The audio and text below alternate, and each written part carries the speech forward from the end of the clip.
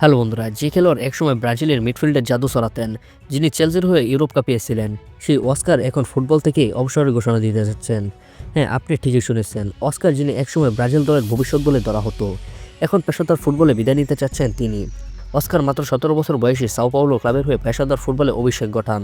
এরপরে চলে যান ইন্টারন্যাশনালে, সেখান থেকে শুরু হয় তার উত্থান। 2012 সালে চেলসিতে যোগ দেওয়ার পর তিনি হয়ে ওঠেন মিডফিল্ডের প্রাণ।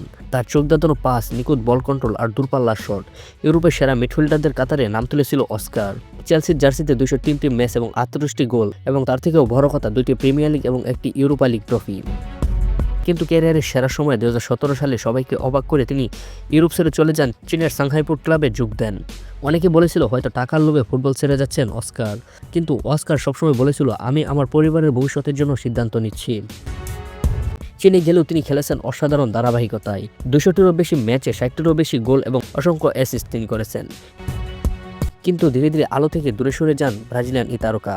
2025 সালে শেষে এসে অবশেষে অস্কার জেনেছেন তিনি পেশাদার ফুটবল থেকে অবসর নেওয়ার সিদ্ধান্ত নিয়েছেন।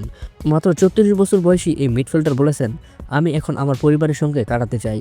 ফুটবল আমাকে সবকিছু দিয়েছে, কিন্তু আমি শান্তি খুঁজতে চাই। অস্কারের নাম হয়তো আজকের তরুণ প্রজন্মের কাছে এতটাও জনপ্রিয় নয়, কিন্তু যাদের চোখের সামনে তিনি চেলসির মিডফিল্ডে নাচতেন, তাদের কাছে তিনি এক অনুপ্রেরণার নাম।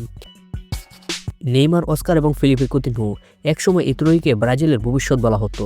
এখন তারা একে একে সরে যাচ্ছেন আলোচনার কেন্দ্র থেকে। তবে ফুটবল দুনিয়া কখনো ভুলবে না অস্কারের পায়ের সেই নিখুঁত পাসগুলো, সেই গোলের পর মুখের হাসিটা। তো বন্ধুরা, আমাদের আজকের ভিডিওটি এই পর্যন্তই। ভিডিওটি ভালো লাগলে সাবস্ক্রাইব করতে ভুলবেন না ফুটবল ক্লাব বিডি চ্যানেলটি। সর্বশেষ বলতে চাই, ধন্যবাদ অস্কার ফুটবলকে এমন সৌন্দর্য উপহার দেওয়ার জন্য।